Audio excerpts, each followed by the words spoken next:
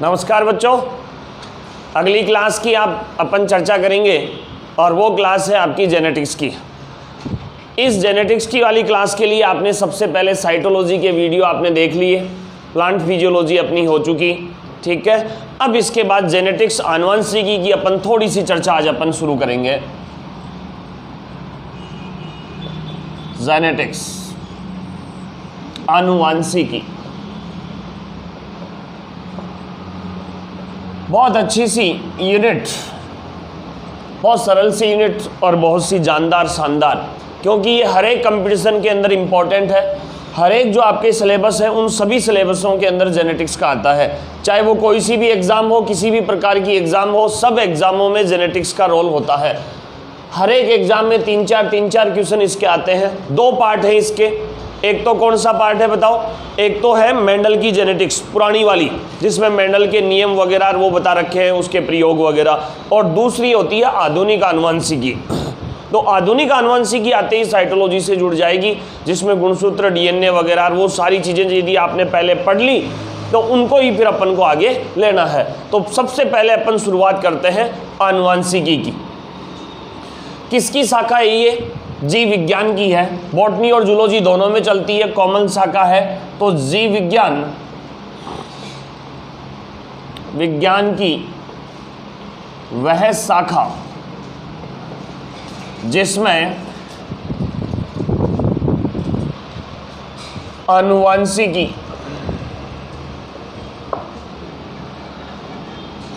आनुवंशिकता,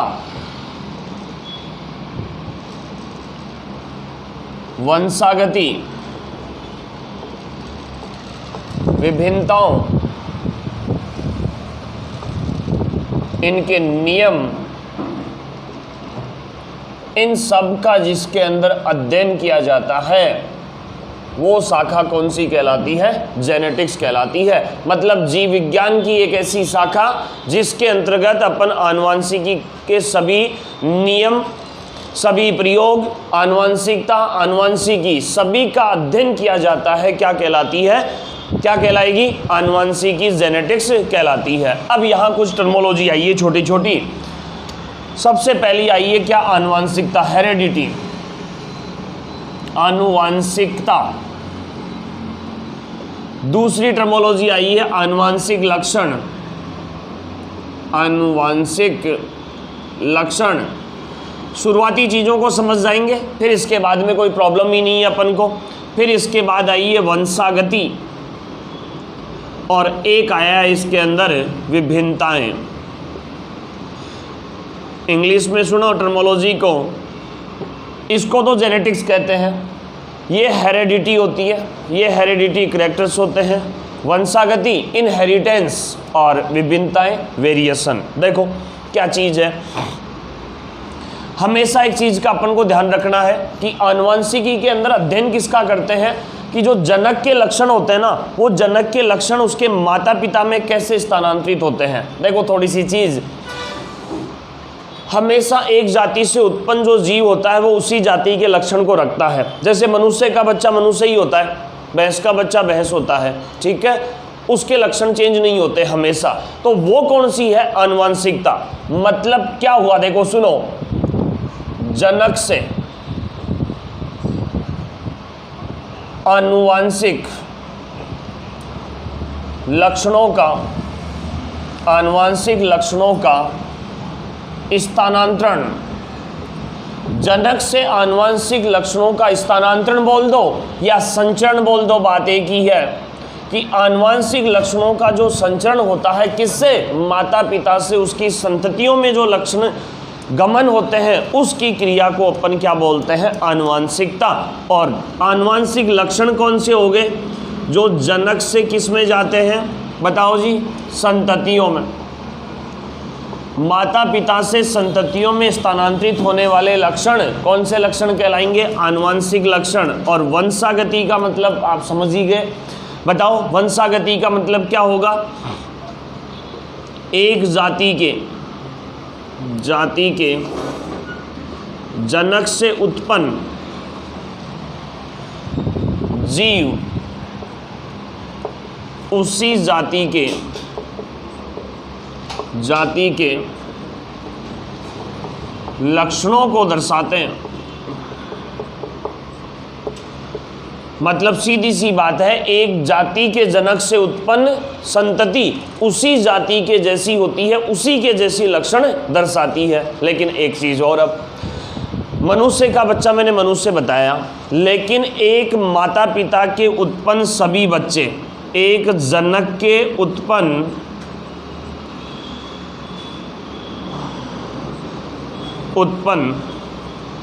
सभी संतानें एक नहीं होती। उनमें क्या होता है? अंतर। उस अंतर को ही क्या बोलते हैं अपन? वेरिएशन कहते हैं। जैसे मान लो एक माता पिता के 5 बच्चे हैं, तो पांचों बच्चे एक नहीं होंगे कभी भी, उनमें अंतर जरूर होगा, चाहे कुछ भी हो, चाहे फिजिकल हो, चाहे उनका किसी भी प्रकार से बाह्य लक्षणों में अंतर हो, चाहे आंतरिक लक्षणों में अंतर हो, थोड़ा बहुत अंतर उनमें जरूर पाया जाता है। तो उस अंतर को कहते हैं अपन वंशा, वो वेरिएशन, विभिन्नता। सेम वह उसी जैसा जनक जैसा लक्षण दिखाएगा, मनुष्य का बच्चा मनुष्य ही दिखेगा, वो है वंशागति।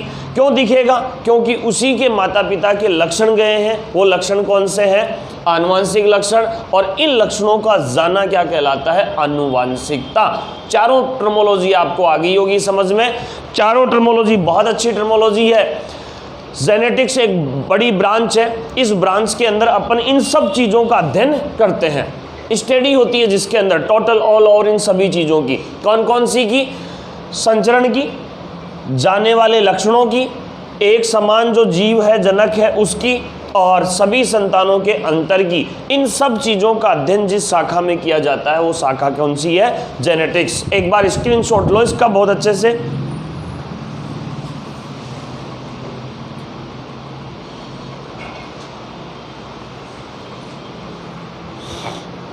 ठीक है, हटाएं इसको। अब देखो जी,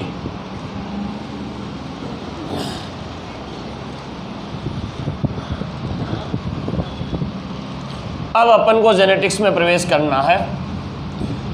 नॉर्मल इंट्रोडक्शन इसकी चीजें हो गई, अब जेनेटिक्स के अंदर जाना है। तो जेनेटिक्स में जाने से सबसे पहले अपन को इसके फादर का याद नाम रखना है। ये तो सब जानते हैं सारे बच्चे, मेंडल का नाम आते ही सबके दिमाग में वही डाईहाइब्रिड, मोनोहाइब्रिड। तो देखो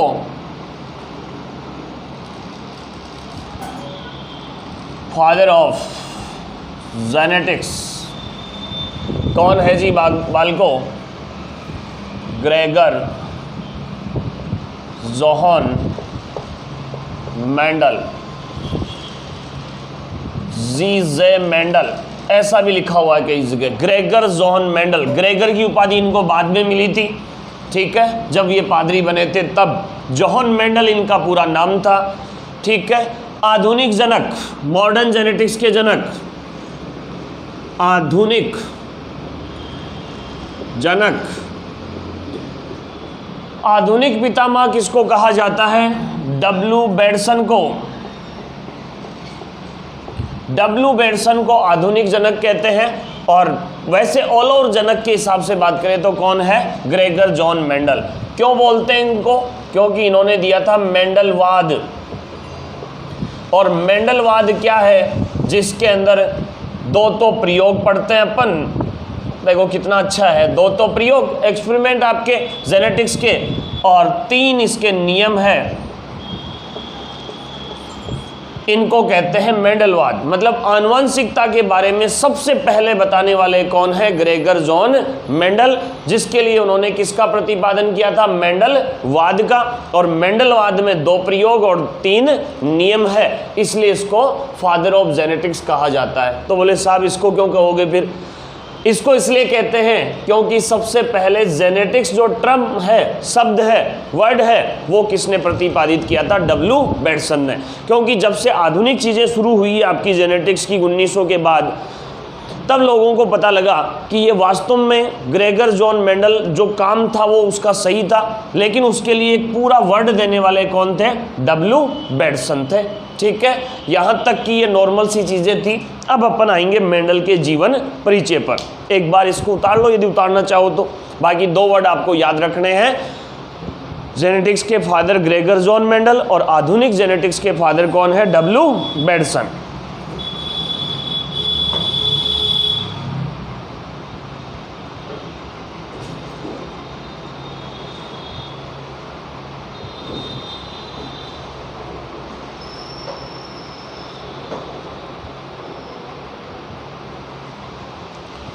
हटाएं, ठीक है। अब मेंडल साहब को देखो बहुत अच्छे से, क्योंकि मेंडल में से भी क्वेश्चन आता है। हर एक कंपटीशन के एग्जाम के हिसाब से देखा जाए तो मेंडल के लिए क्वेश्चन बहुत गजब का आता है। देखो कैसे कैसे आ सकता है, क्या क्या आ सकता है, थोड़ा सा ध्यान देंगे एक बार। सबसे पहले मेंडल के जीवन परिचय की बात करें अपन। ये लो साहब, मेंडल साहब हो गए ये मेंडल। तो सबसे पहला तो क्या आएगा, स्टार्टिंग किसी भी जीव की क्या आता है? उसका जन्म आता है। लो जी बच्चों, जन्म, मेंडल का जन्म बोलो जी 22 जुलाई, कब? 22 जुलाई 1822 को ऑस्ट्रिया के हिज़ोन-ड्रॉफा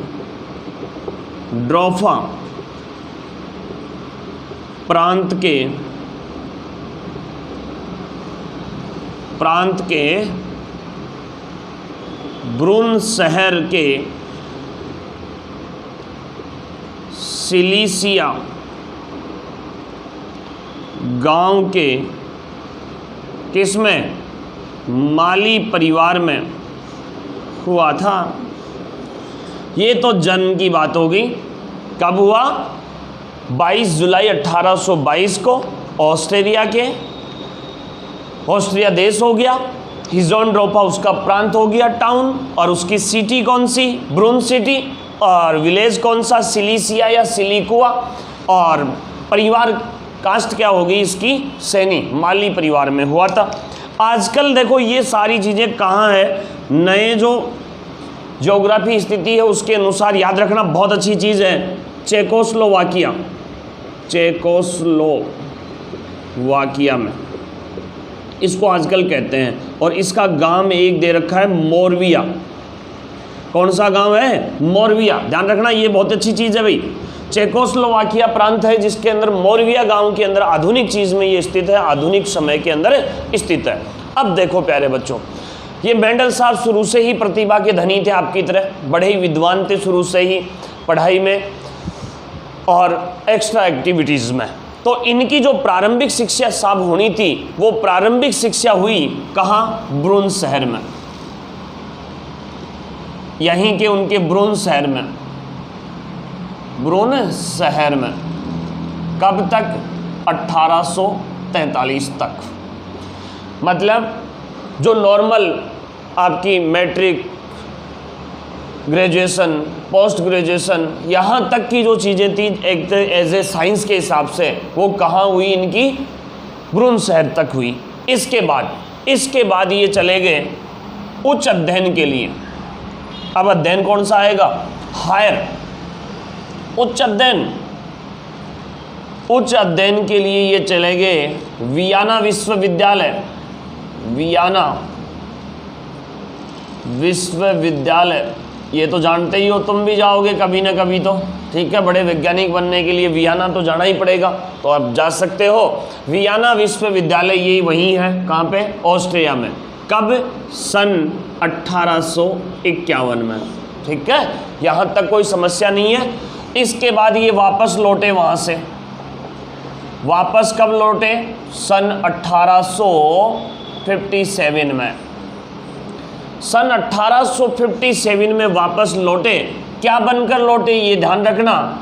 वनस्पति शास्त्री, यानी पीएचडी व बॉटनी के अंदर डॉक्टरेट की उपाधि लेकर ये वापस लौटे अपने ही शहर। कहाँ पर? ब्रुन शहर में। अब देखो यहाँ इनके साथ एक मोड़ आया लाइफ में। मोड़ क्या आया कि लोगों ने इनको चर्च का पादरी बना दिया। चर्च का पादरी। और चर्च का पादरी पद पर रहते हुए ही इनको मिली ग्रेगर की उपाधि। मेंडल साहब को यहाँ ग्रेगर की उपाधि से सम्मानित किया गया उच्च अध्ययन के बाद, और चर्च के पादरी पद पर रहते हुए इन्होंने काम किया मटर पर।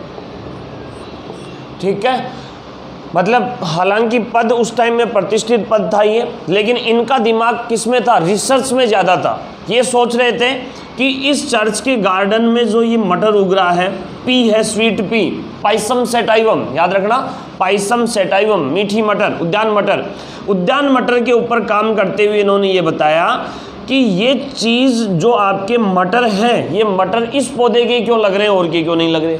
अब आज तो आप साहब कह देते हो सारे कि साहब जेनेटिक्स है, आनुवंशिक लक्षण उसी के जाते हैं, लेकिन उससे पहले उस टाइम में बताना बहुत बड़ी बात है, जब लोगों को खाने पीने पहनने उड़ने का सपना नहीं था, तब ये पीएचडी की उपाधि प्राप्त कर चुके थे। तो इसलिए एक्स्ट्रा ऑर्डिनरी तो थे ही, दिमाग तो था ही, और चर्च के पादरी पद पर रहते हुए इन्होंने अपना काम किस पे किया? मटर पर। और मटर पर ये काम इन्होंने जो किया था वो लगभग किया था 7 साल तक। 7 साल का मतलब लगभग कितना हो गया? देखो 1857 से माने अपन तो लगभग 1864 तक, 64 में आते आते इनके पूरे हो गए थे काम 7 वर्ष तक। तो क्वेश्चन यहाँ भी आ जाता है, कितने वर्ष तक काम किया? 7 साल तक इन्होंने अपना वहाँ पर काम किया था। ठीक है, किस पर? मटर के पौधे पर। और लगभग 3300 जो वैरायटी थी मटर की, उनके ऊपर, उनके लक्षणों के ऊपर अपना पूरा काम किया था। मटर के जो लक्षण इन्होंने लिए थे वो लिए थे 7 जोड़ी। ये भी याद रखना, ये भी क्वेश्चन बड़ा कंफ्यूज कर लेता है। कितनी पौधों पर काम किया? 3000 से भी अधिक, 7700 तक, मतलब 7-8 हज़ार तक पौधे इन्होंने प्राप्त किए थे, और उनकी फिर वैरायटी बढ़ाते गए और लाखों तक पूछे थे ये पौधों में। लेकिन लक्षण कितने लिए थे ये ध्यान रखना, कितने लक्षण थे? 7 जोड़ी लक्षण। अब सुनो जी प्यारे बच्चों, 64 तक अपने काम कर लिए। अब यहाँ से इन्होंने अपनी ये जो प्रयोग थे, ये प्रयोग सन 1865 में, 64-65 में एक सामान्य पत्रिका वेगन पत्रिका में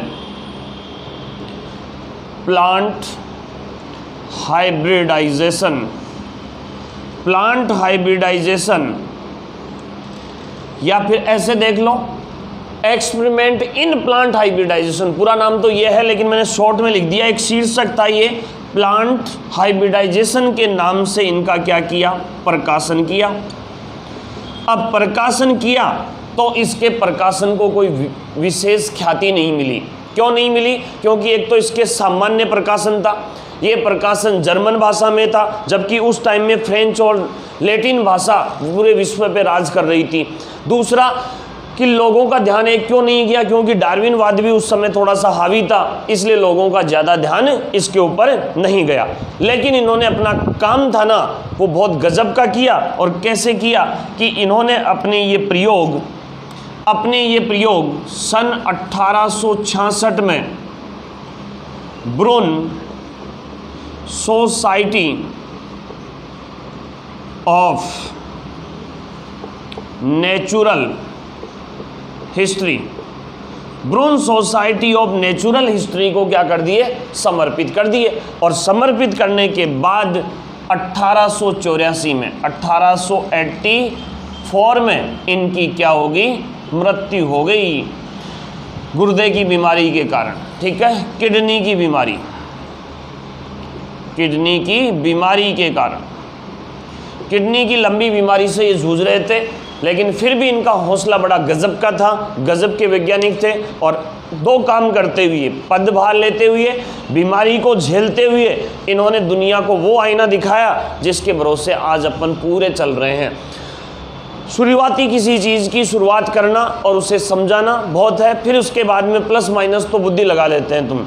जैसे मान लो कोई चीज़ आपको पढ़ाई जाती है, पढ़ा रहे हैं, तो स्टार्टिंग चीज़ यदि आपको समझ में आ जाती है, इसके बाद तो आप उन चीज़ों में बहुत सारा सुधार कर सकते हैं। तो ये था प्यारे बच्चों मेंडल, बहुत अच्छे गजब तरीके से मैंने इसको समझा दिया। 5-7 पॉइंट इसके बता दिए। एक तो जन्म बताया 22 जुलाई 1822 को, प्रारंभिक शिक्षा 43 तक को, उच्च अध्ययन के लिए वियना गए, वापस आकर वनस्पति शास्त्री बने तो क्या बना दिया, चर्च का पादरी। और पादरी पद पर रहते हुए इन्होंने क्या किए, 7 जोड़ी जो मटर के लक्षण थे उनके ऊपर अपना काम किया। और कब तक किया, 57 से 64 तक, लगभग 7 वर्षों तक। एनसीईआरटी 7 वर्ष मानती है और उसी को ही अपन को करना है, ठीक है, कंफ्यूज मत होना, बहुत सारी किताबों में दे रखा है उल्टा सीधा। इसके बाद 64-65 में एक सामान्य प्रकाशन जर्मन भाषा में अपने इन प्रयोगों को प्रकाशित किया। बिल्कुल इनका शीर्षक था एक्सपेरिमेंट इन प्लांट हाइब्रिडाइजेशन। शाबाश, देखते रहो बिल्कुल अच्छे से। हाँ जी, प्लांट हाइब्रिडाइजेशन नाम से। लेकिन जब ख्याति नहीं मिली तो ये समझ गए कि साहब अपने तो कुछ होना जाना नहीं है, तो इन्होंने अपना क्या किया अपने प्रयोग 65-66 में ही Brunn society of natural history, Vienna की एक बहुत बड़ी संस्था है ब्रून शहर की, उस सोसाइटी को अपने समर्पित कर दिए। और इनकी मृत्यु कब हुई, सन 1884 में, गुर्दे की बीमारी के कारण या किडनी की बीमारी के कारण। ये आपका मेंडल का जीवन परिचय था। अब सुनो जी, उन्होंने अपने प्रयोग कब किए, उन्होंने अपने प्रयोग कब किए बताओ, 66 में, 65-66 में, ठीक है। और मृत्यु कब हुई, 1884 में। और ख्याति कब मिली, 1900 में। उसकी चर्चा अपन बाद में करेंगे, एक बार यहाँ तक का उतार लो आप।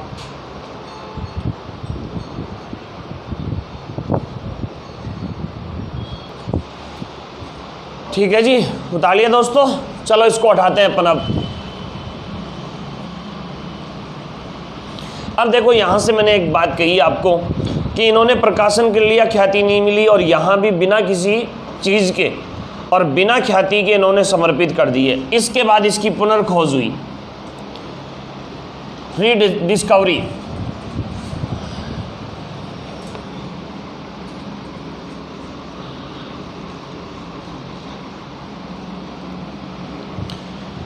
पुनर्खोज क्यों हुई, देखो 1900 में क्या हुआ कि आपके जो डार्विनवाद थे, इवोल्यूशन वाली जो चीज़ें थी, वो तो सारी हट चुकी थी अब, और लोगों का ध्यान एक टेक्निकल चीज़ों पे जाने लगा। और उसी समय गुणसूत्र, उसी समय जीन वगैरह, इनकी जब खोज हुई, मेंडल के लिए एक सबसे बड़ी समस्या थी फैक्टर, कारक। और उस कारक के लिए अब आगे इसके बाद में जो जीन वर्ड बेटसन और जॉनसन लाए, तो सन 1900 में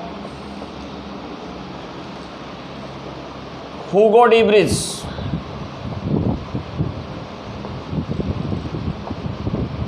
कार्ल कोरेंस और वॉन सेरमैक, ये 3 वैज्ञानिक थे, हुगो डीब्रिज, कार्ल कोरेंस और वॉन सेरमैक। एक तो पुनर्खोज के लिए पूछ लेता है इनका वो ग्रुप बनाकर कि निम्न में से कौन से ऐसा युग्म सही है जो मेंडल की पुनर्खोज करने वाले थे। और नीट में आपका एक बार ऐसे क्वेश्चन आया था इनके देश के मिलान का, तो ऑस्ट्रिया के तो थे वॉन सेरमैक, ऑस्ट्रिया। जर्मनी के कौन, कार्ल कोरेंस। और हॉलैंड के कौन थे, हॉलैंड के हुगो डीब्रिज।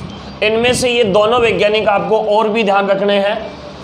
म्यूटेशन जो काम किया था, फादर ऑफ म्यूटेशन के कौन माने जाते हैं, हुगो डीब्रिज। और एक प्रभाविता आती है, अपूर्ण प्रभाविता, इनकम्प्लीट डोमिनेंस, उसके लिए कौन है, कार्ल कोरेंस। तो ये बहुत गजब की चीज़ है, इंपॉर्टेंट चीज़ है कि मेंडल की मृत्यु के 16 वर्ष बाद और प्रयोगों के कितने साल बाद, 35 वर्ष बाद। तो ये क्वेश्चन याद रख लेना कि मृत्यु तो कब हुई थी, 84 में, तो 16 साल बाद 1900 में उसकी पुनर्खोज मिली। और प्रयोग कब के लिए थे, 65-66 में, तो 35 साल बाद उसे ये ख्याति मिली। और उसे कहा गया कि मेंडल ने आज के लगभग 35 साल पहले वो जो काम किया था, वो काम क्या था, सही था। मतलब सही काम की ख्याति चाहे लेट मिले, लेकिन मिलेगी जी सच्चाई की और मेहनत की होगी, अच्छे काम की होगी। और वास्तव में मेंडल को इनकी ख्याति मिली, और इन्हीं के ऊपर आज अपन सारे प्रयोग जेनेटिक्स के कंप्लीट सारी चीज़ें अपन आज पढ़ते हैं। तो बहुत बहुत अच्छी अच्छी चीज़ें आपको यहाँ तक मैंने समझा दी। अब देखो जी, मेंडल के जो प्रयोग थे वो प्रयोग थे एक तो संकरण पर, संकरण हाइब्रिडाइजेशन पर आधारित थे। दूसरी चीज़ मटर के पौधे का चयन, वो तो बाद में बात करेंगे अपन। हाइब्रिडाइजेशन पर आधारित थे इसके काम। और ऐसे कहते हैं, चाहे आपके एग्रीकल्चर हो चाहे बायोलॉजी हो, आज तो अपन सब तुम विपुंसन करवा के बैंकिंग करवा के सारे कृषि वैज्ञानिक बन रहे हो, नई नई वैरायटी तैयार कर लेते हो, साफ संकर वैरायटी। लेकिन सबसे पहले हाइब्रिडाइजेशन संकरण वर्ड लाने वाले, उस तकनीक को लाने वाले कौन थे? ग्रेगर जॉन मेंडल ही थे। और संकरण के लिए इन्होंने वो दोनों तकनीक विकसित कर ली थी, एक तो विपुंसन इमोस्कुलेशन और एक कौन सा था आपका? बैंगिंग, थैलीकरण, बैंगिंग। दोनों जानते हो शायद आप, इसको बताने की जरूरत नहीं है। विपुंसन के अंदर तो पुंकेसर को अलग करते हैं, पुंकेसर को अलग करते हैं, कैंची से काटकर जो नर भाग होता है पुंकेसर, मेल पार्ट, स्टेमेन, उसको अलग कर लिया जाता है। और बैंगिंग होता है थैलीकरण। थैलीकरण का मतलब समझ गए, जो आपकी वर्तिकाग्र होती है उसको थैली से ढक दिया जाता है। क्यों करते हैं ये आपको समझ में आता है सारी चीज़ें, कि विपुंसन के थ्रू पुंकेसर आपने हटा दिया तो उसके परागकण नहीं निकल पाएंगे, और थैलीकरण के कारण वर्तिका अपने परागकणों को ही एक्सेप्ट करेगी, या आप डालोगे उनको ही एक्सेप्ट करेगी, दूसरे परागकणों को एक्सेप्ट नहीं करेगी। मतलब सीधी सी बात है, यहाँ आप कौन सा पॉलिनेशन, सेल्फ की क्रॉस पॉलिनेशन या आर्टिफिशियल पॉलिनेशन, या एज अपन ये कह दें कि इनके द्वारा क्या करवाया जाता है? परपरागण। परपरागण आसानी से करवाने की जो तकनीक थी, क्रॉस पॉलिनेशन की जो तकनीक थी, वो तकनीक सबसे पहले किसने विकसित की? ग्रेगर जॉन मेंडल ने। ये तो मेंडल के प्रयोग हो गए। ठीक है, उतारो जी।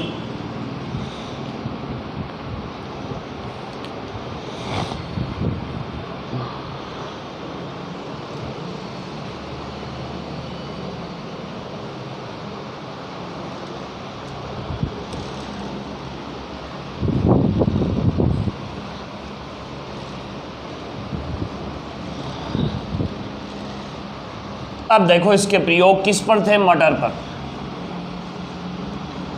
पाइसम सेटाइवम, उद्यान मटर।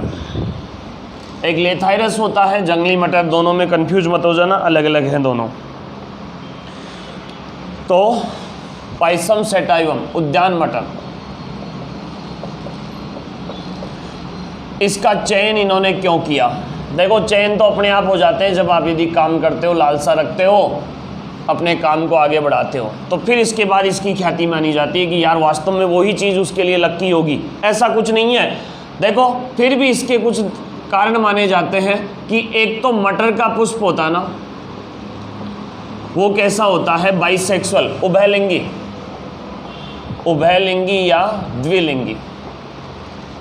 इसको तो नहीं बताऊं क्या, ये तो जानते हैं सारे कि उसी में ही स्टिग्मा और इसी में स्टेमेन, मतलब पुमंग और जायंग एक ही पुष्प में पाए जाते हैं। चलो जी बाद में चर्चा करें इसकी। दूसरा, अनुन्मीलियता उन्मूलनीयता, पढ़िए शायद आपने। मटर का पुष्प कैसा होता है? बंद प्रकार का, अनुन्मीलिय। अब इन दोनों का देखो फायदा क्या है। बंद प्रकार का है और इसके अंदर उभयलिंगिता। उभयलिंगिता का मतलब क्या होगा? यहाँ स्वपरागण होगा कि नहीं होगा? Self pollination. और बंद प्रकार का है तो आप आसानी से उसमें क्या करा सकते हो? पर परागण, क्रॉस पॉलिनेशन।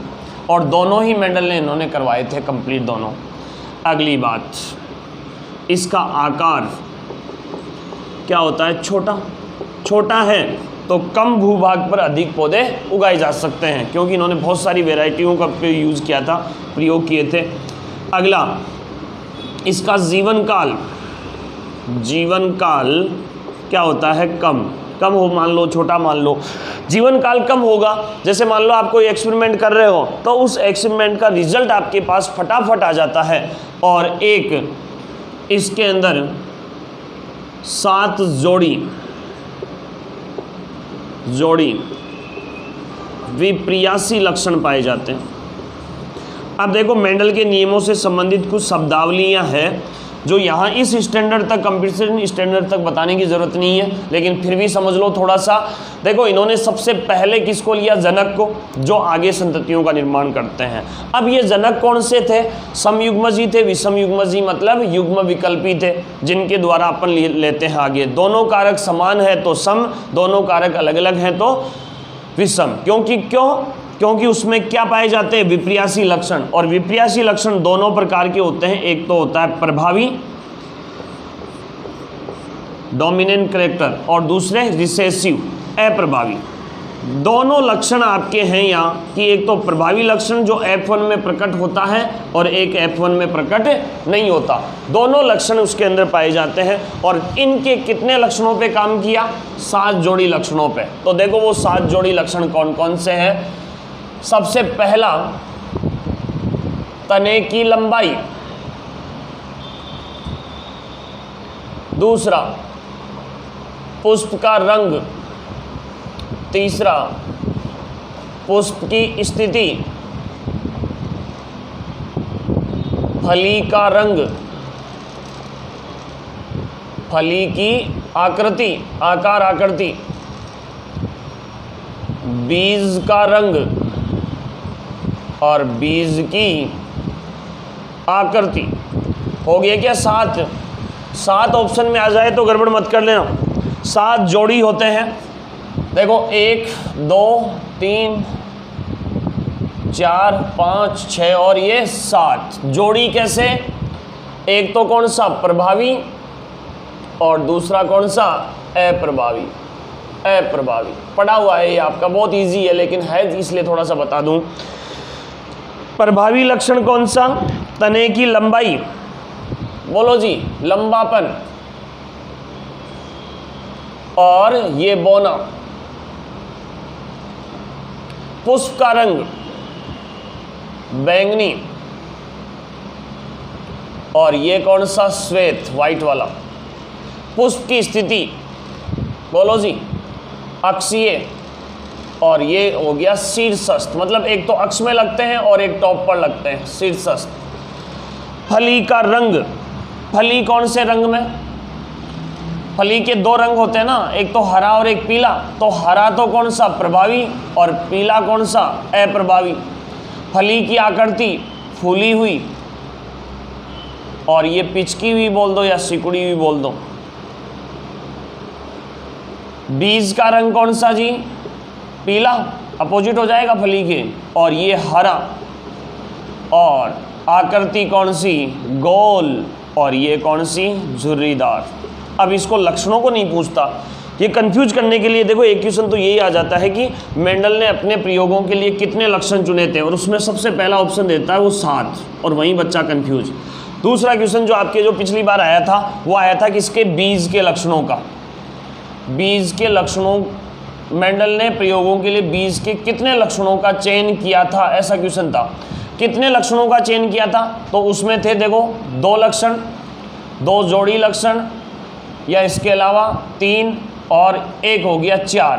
तो देखो कितने हैं, ध्यान दो। देखिए कितने हैं टोटल अपने पास? बीज के कितने हैं? 1 और 2, और 1 और 2 कितने हो गए? 4 लक्षण पूरे इन्होंने चयन किए थे। किसके लिए? बीज के लिए। फली के लिए भी कितने? 4। पुष्प के लिए भी कितने? 4। और तने के लिए कितने? 2। ऐसे कंफ्यूज मत हो जाना, क्योंकि दोनों लक्षण कौन से लक्षण आते हैं? विप्रियासी लक्षण पूछे जाते हैं, और विप्रियासी में दोनों प्रभावी और अप्रभावी दोनों का क्या किया जाता है? जिक्र किया जाता है। उतार लो जी, बहुत ईजी सा है, ऐसे कुछ नहीं है इसमें ज़्यादा माता बच्ची वाला।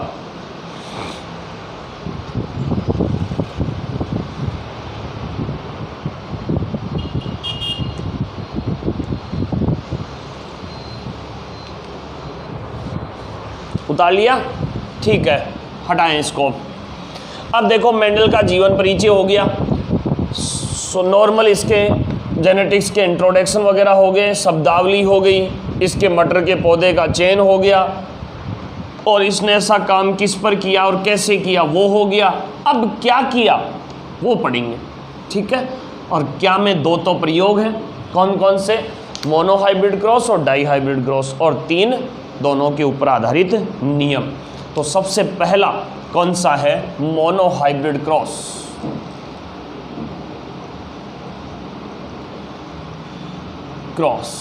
और मोनोहाइब्रिड कौन सा? एकल संकर संकरण। कौन सा है? एकल संकर संकरण। बहुत इजी है, फिर भी नहीं है तो थोड़ा सा समझ लो।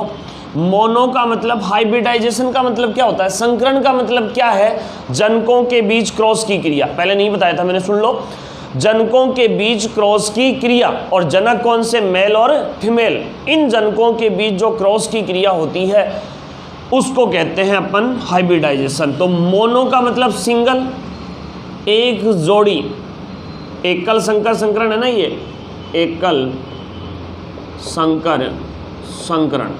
कितने लक्षण? एक जोड़ी युग्म विकल्पी लक्षणों के बीच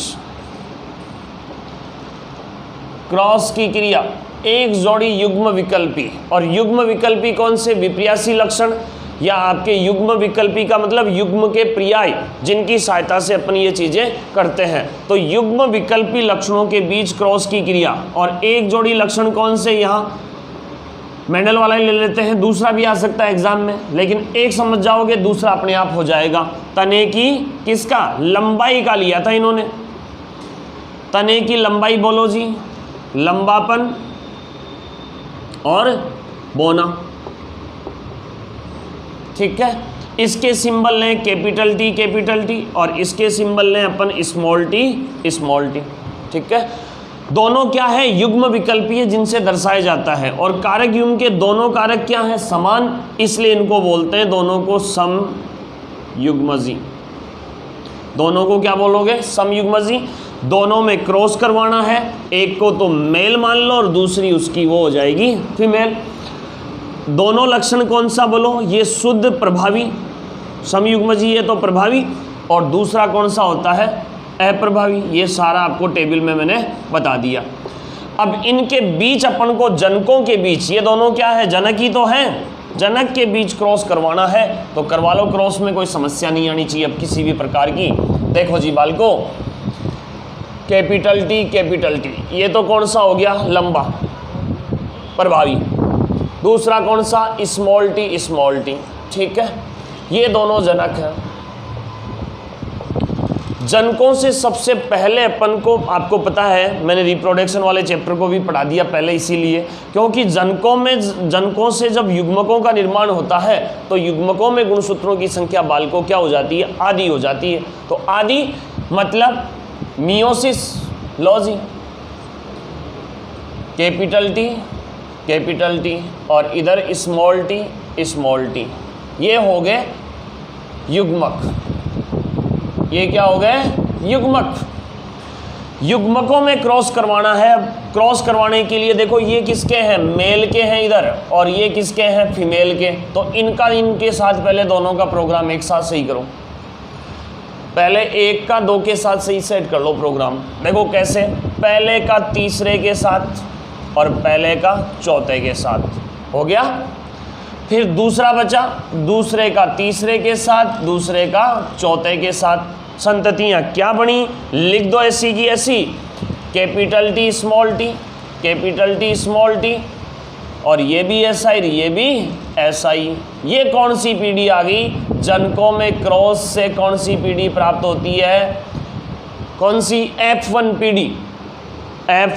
पीढ़ी, जनरेशन फर्स्ट प्राप्त हो गई। जनरेशन फर्स्ट में सभी पादप कैसे हैं?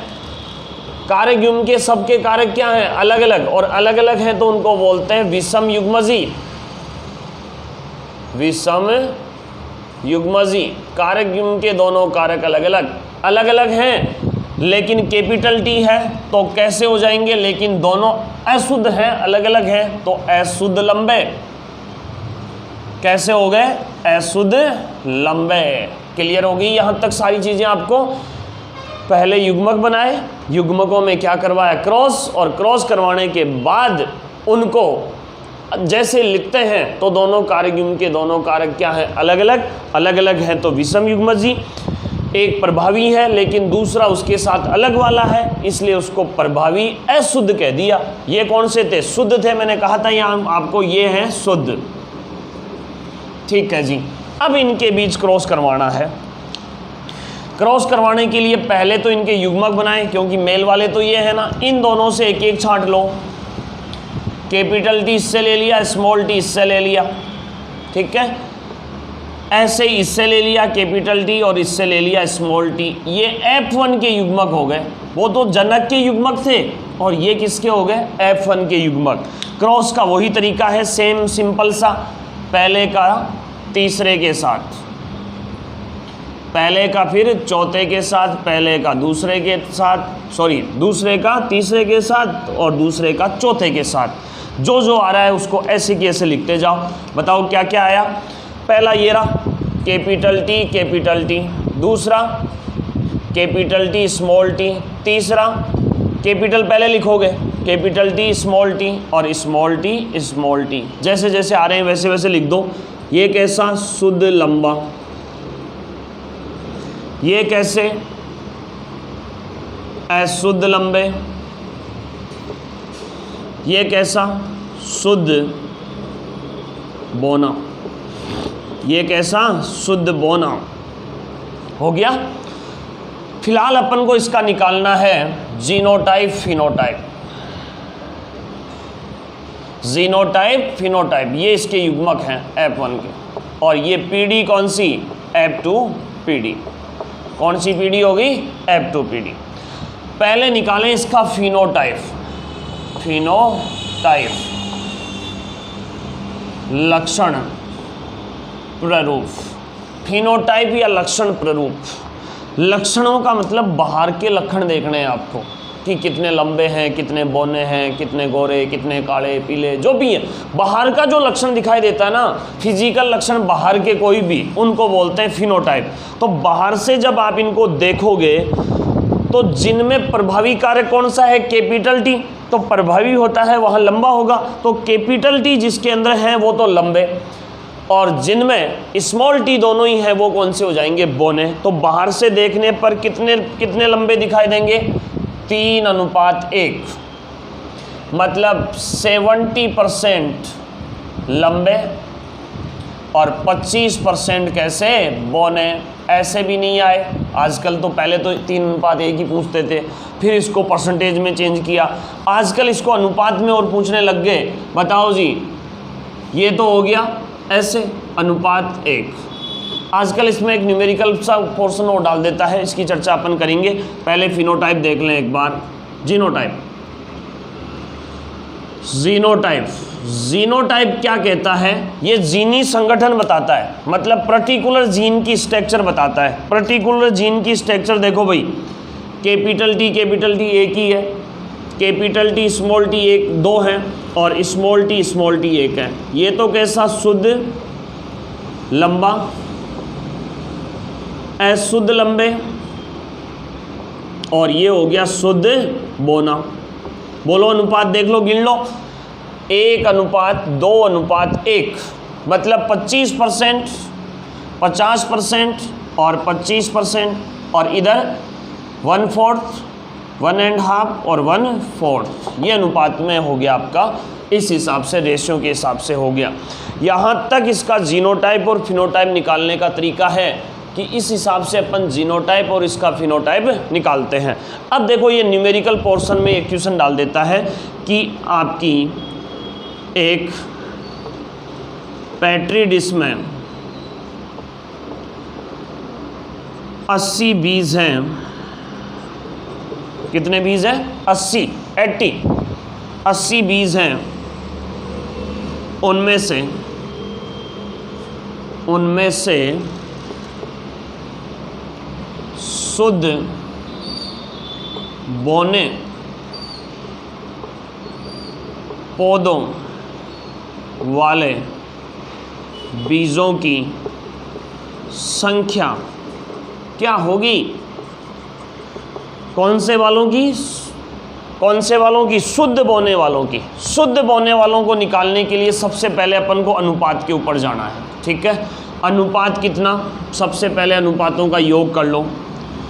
देखो ऑप्शन में दे सकता है वो कितना, 40 दे दें, 80 दे दें, 30 दे दें और 20 दे दें, ये आपके ऑप्शन में हो गया, ठीक है। निकालोगे कैसे? बहुत इजी सा है निकालने का। पहले अनुपातों का योग कर लो, का योग कितना आ गया? 4 ही तो है, इजी सा है, कुछ भी नहीं है इसके अंदर। कौन से का निकालना है? शुद्ध बोनों का। तो शुद्ध बोनों के लिए क्या आएगा? 1, कितने हैं टोटल? 80। निकालो जी बाल को, कितना हो गया? ये तो आ गया होगा भाई आपको समझ में, ये लो 20 ये हो गए, 20 ये 40 और डबल ये कितने हैं? 40। टोटल कितने हो गए आपके पास? 80। मतलब अनुपातों के योग के आधार, गजब की चीज़ है, आजकल इसको ट्रेंड में चेंज करते गए। पहले ये था, फिर बच्चे पावर माइंड वाले नए आए, फिर ये कर दिया, फिर ये कर दिया, और फिर आजकल छोटा सा एक न्यूमेरिकल बनाकर इसके हिसाब से देने लगे। तो इस हिसाब से ये आपका ये टॉपिक है ना, वो मोनो हाइब्रिड क्रॉस के हिसाब से नहीं, जीनोटाइप और फिनोटाइप के हिसाब से बहुत इंपॉर्टेंट हो जाता है। तो इस जीनोटाइप फिनोटाइप का ध्यान रखना। अब यहाँ 2 नियम और बताता हूँ मैं आपको। इस F1 के ऊपर एक नियम लागू होता है इस जगह, इसको कहते हैं प्रभाविता का नियम। प्रभाविता का नियम। और एक दूसरा दोनों के ऊपर लागू होता है, मोनो के ऊपर भी और डाई के ऊपर भी। यहां एक नियम लागू होगा इस जगह, वो है, बताओ जी कौन सा? पृथक्करण विसंयोजन। लिख लेना, मैं लिख रहा हूं, बोल रहा हूं। पृथक्करण विसंयोजन युग्मकों की शुद्धता का नियम। पृथक्करण विसंयोजन युग्मकों की शुद्धता का नियम लागू होता है, जो दोनों के ऊपर लागू होगा। क्वेश्चन आया हुआ भी है कि निम्न में से कौन से के ऊपर? मोनो के ऊपर और डाई के ऊपर। प्रभाविता का नियम नाम से ही पता लग रहा है कि जब जनकों में क्रॉस करवाकर F1PD प्राप्त की जाती है, तो F1PD प्राप्त की जाती है, तो आपको पता है कैपिटल T अपने लक्षण प्रकट करता है, स्मॉल t के लक्षण प्रकट नहीं होने देता। इसलिए सभी पौधे कैसे प्राप्त होते हैं? लंबे प्राप्त होते हैं। और लंबापन मतलब प्रभावी लक्षण, और प्रभावी लक्षण का प्रकट होना प्रभाविता का नियम।